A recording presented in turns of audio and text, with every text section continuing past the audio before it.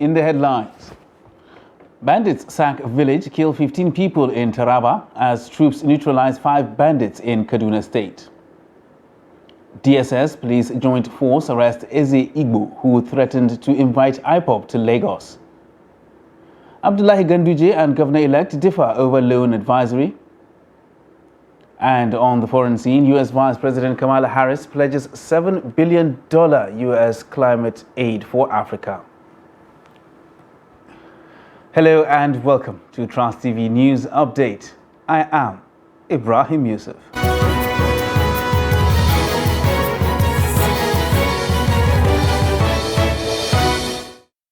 Hello and welcome once again. We begin with matters of security, where gunmen numbering over 60 on Friday invaded Garimbaka village in Ardokola local government area of Taraba State and killed more than 15 people. It was gathered that the gunmen came into the village from their den located on top of a mountain at about 7:30 p.m. and opened fire from all directions. It was further gathered that the gunmen set houses on fire, rustled cows, and also looted shops and warehouses. A resident, Yakubu Garba, said when the attackers came, many of the villagers were praying inside the mosque, adding that prayers were halted due to the pandemonium that broke out in the village as residents ran for their lives. Garba said some of the residents escaped into a nearby forest, adding that 2 of his family members were among those killed during the attack.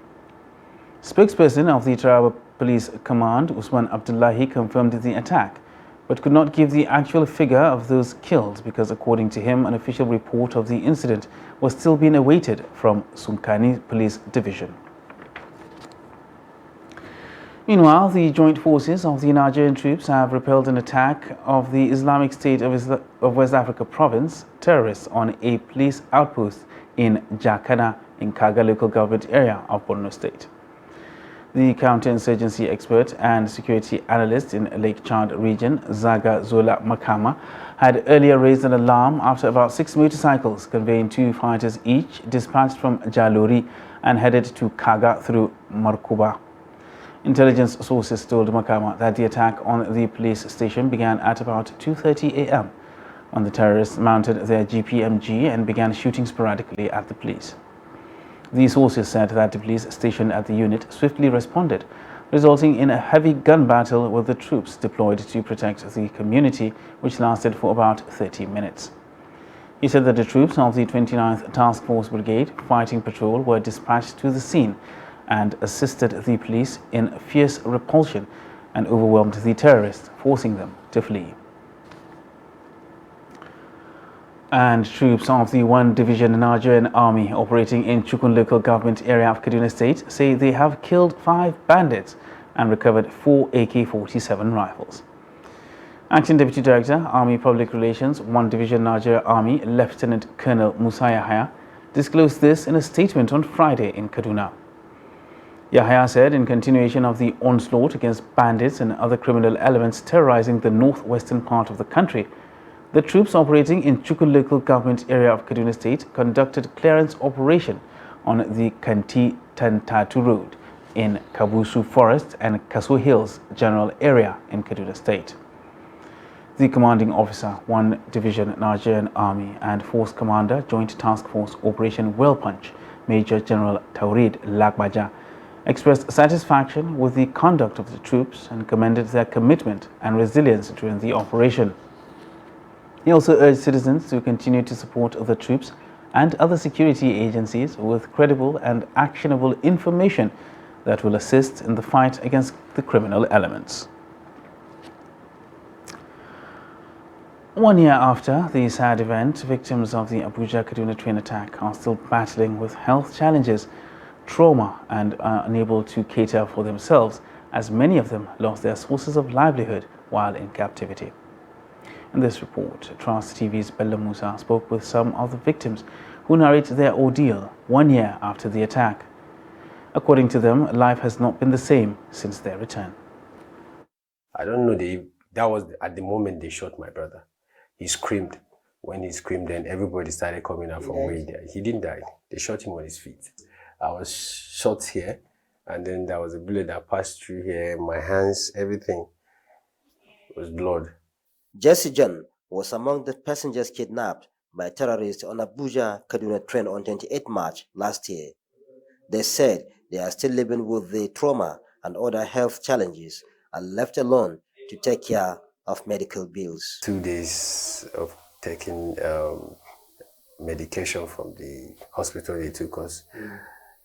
I've not taken anything up to this moment. No one has ever checked me except my family and the people I call a family too. People that actually got my back. And then even the treatment that were given to us by the government after our release, I felt like it wasn't efficient enough. So I was still having some sickness in me, like I wasn't feeling too good. I was pale, weak, and experiencing some health challenges. They said life is biting hard on them as they find it difficult to meet basic demands, but depending on relatives and friends to survive. Because at the moment, I can remember a few weeks back where all of us are crying because since we are released, things change. We are no more the way, like we don't live our life the way we used to be before at all. And now I'm home doing nothing. So I'm just home. I'm doing nothing. I'm just surviving by the God's grace.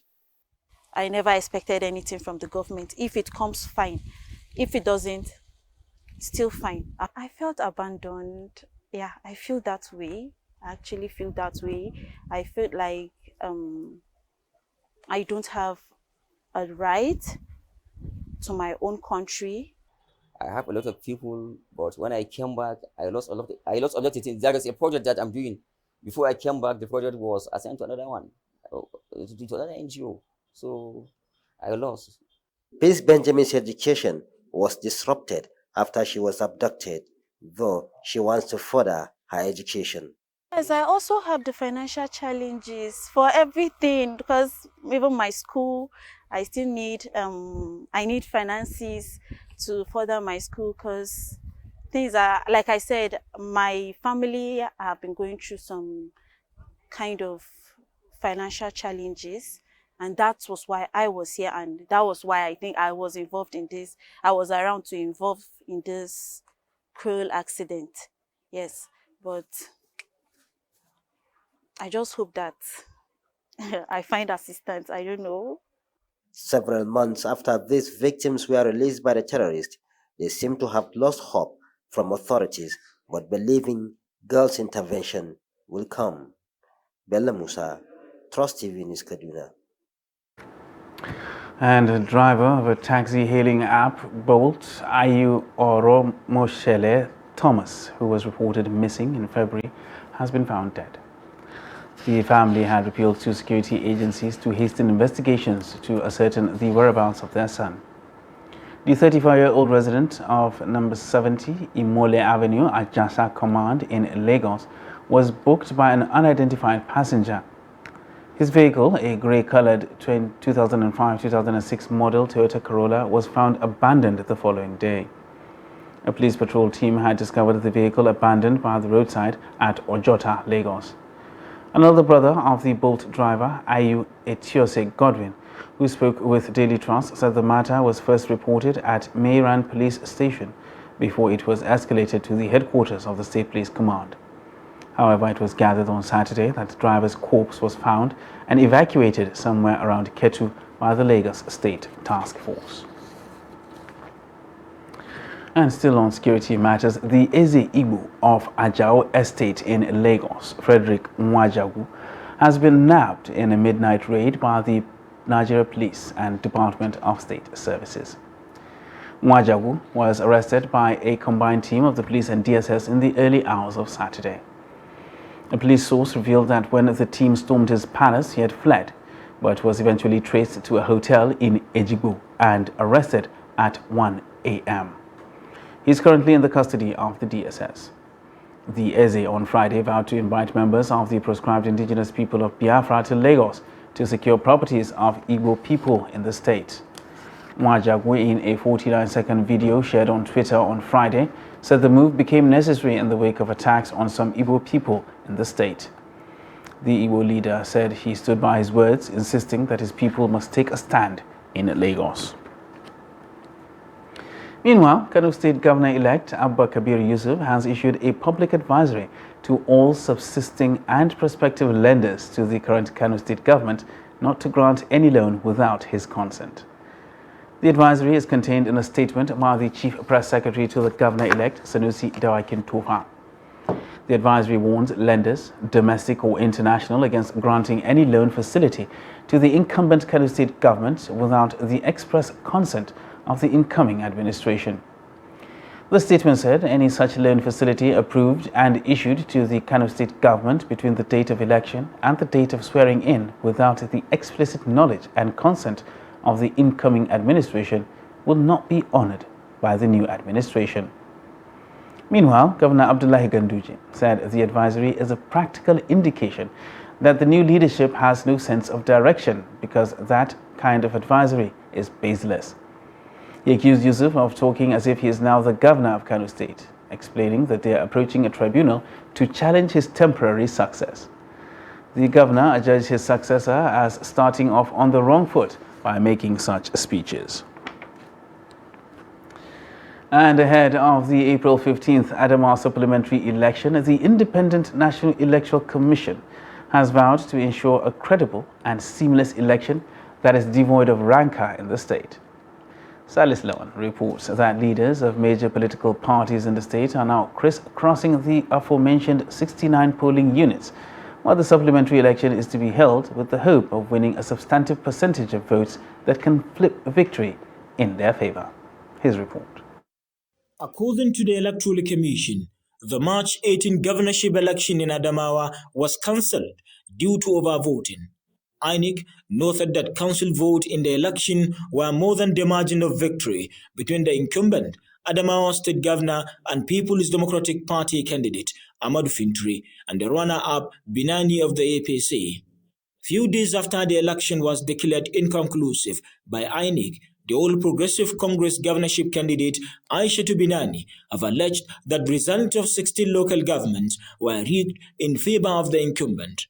Both as the supplementary poll draws near, both APC and the PDP are confident of winning the election. It is a very clear victory for the APC. It is a very, very clear victory. The PDP has lost this election. And we will not step down from that position that we want these,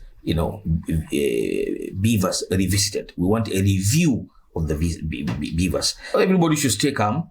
Everybody should continue doing, what they're supposed to do. When the time comes, if we are going in, we will definitely tell our people. And then if we've taken any other option, we will also inform them. So we know, we are still in contact with our people and our supporters, So we believe it's a question of time. We are doing our best to talk to most of our members to make sure that they go out peacefully and exercise their right by casting their vote, and also to make sure that what they casted was announced by the INEC. So we are just appealing to INEC to make sure that they do justice and fairness to the electorate. We people of Adamawa State, we already make our choice. We tell the whole world, we show the whole world that we vote for PDP, we vote for Amadou Fintri to come back to continue his good work.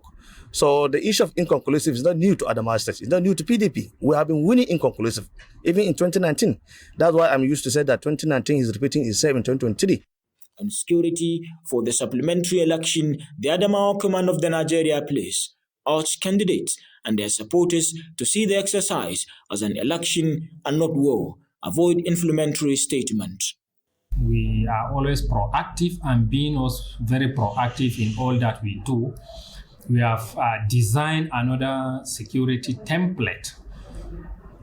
We are now re-strategizing to see how we are going to cover these areas, make it conducive, well secured for electorates to go and exercise the processes.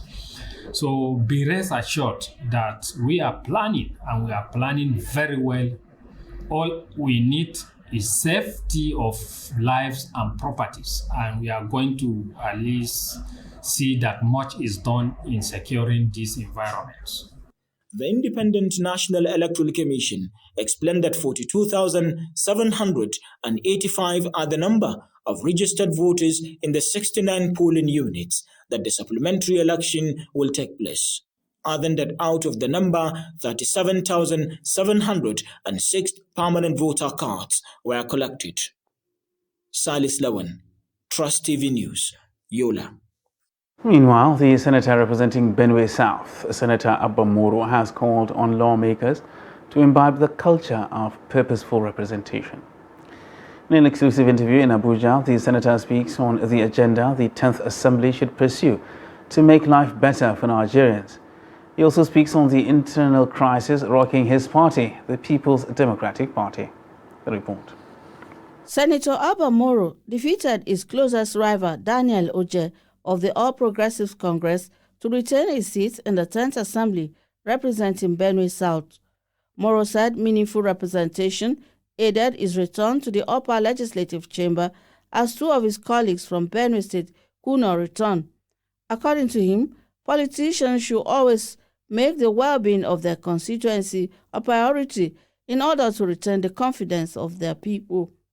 I've always been guided by that desire, and the reason why I stay connected with the people most of the time to feel their pulses and in ensuring that in my own little way, by whatever is available as a legislator, as a senator, that I deploy them to the service of the people. And I think what you are seeing here as my return is a reward for just being there for the people. And I hope sincerely that God will give me the enablement.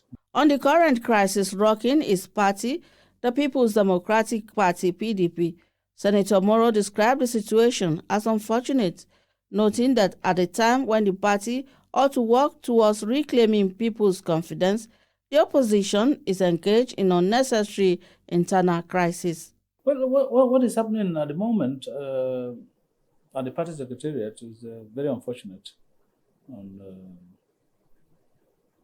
somehow, the apparent poor showing of the PDP in the last election was a result of infighting and like a house divided itself. And now we have come out of the elections and efforts are being made towards stabilizing and positioning the party for greater achievement. And don't forget that our presidential candidate and various other candidates of the party are in various courts and tribunals trying to wrest their mandate, apparently stolen by some level of manipulation from the people who claim to have won now. So I think ordinarily that what the party should have been doing right now is to concentrate on getting back the mandates that have been purportedly or allegedly stolen. Moro is hopeful that the PDP acting national chairman, Umar Damango, will give the party a new direction and mobilize members to key into a new vision. Rashidat Yusuf for Trust TV News. Still with us on Trust TV News Update. Still ahead, we'll bring you the story of a first-class graduate without a job. Details of this and more after the break. To stay with us.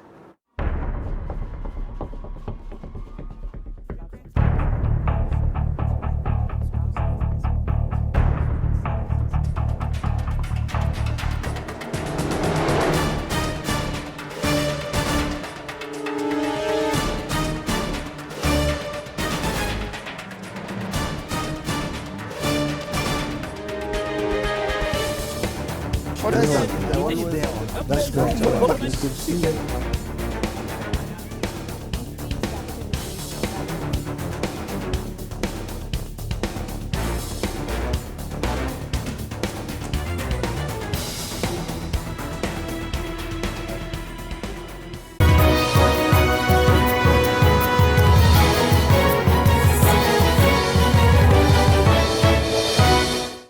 Welcome back, and thanks for staying with us on Trust TV's News Update. Now let's recap our top stories. Bandits sack village, kill 15 people in Taraba as troops neutralize 5 bandits in Kaduna State. And DSS Police Joint Task Force arrest Ezi Igbo, who threatened to invite IPOB to Lagos. And in other news, faulty or broken down vehicles are left unattended to gather dust at mechanic workshops in Abuja. Kabir Lawal speaks to motor mechanics on this and how they deal with faulty vehicles that stay long in their workshops. His report.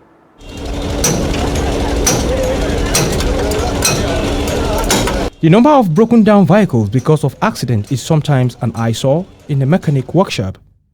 Reason often given is that the car owners died or in financial difficulty or non-availability of spare parts. But some faulty vehicles are just beyond repairs.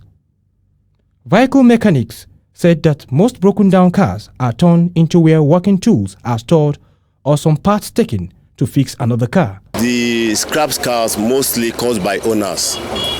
Maybe, for example, you did a business of 3 million naira, you got a 3 million contract, they pay you. The first thing you got to look for Mercedes. First, they will not ask questions. Maybe you consult their mechanic, like we have consultants. So when they go to their place of, they will say they want to Mercedes, they want to buy Mercedes. At the end of the day, they will buy Mercedes and they will not add the cost of maintenance.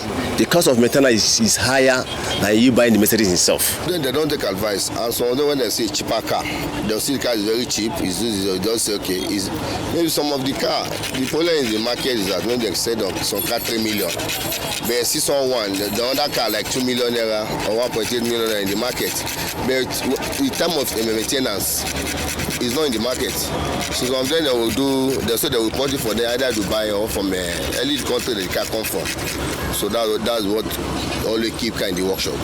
Another reason why broken down vehicles stay long in mechanic workshop is because most do not have second-hand value. You got a car of 3 million naira, the engine is 700,000. So you drive the car for 1 year or a year and the engine have problem. You come to a mechanic, they want to fix the car. The mechanic, the engine this engine is 700, 800,000, and you don't have money to fix it. The best thing is just you leave the car here. So when they say they will come back, most of them sometimes you don't see them. So the car will be here 2 years, 3 years, you don't see them. They will not come. Except you start asking for the owner of the car, asking to call this thing. Sometimes in most cases we involve the police to help us to investigate. Some people will go and bring car and dump it here. So that's why you see most cases of cars.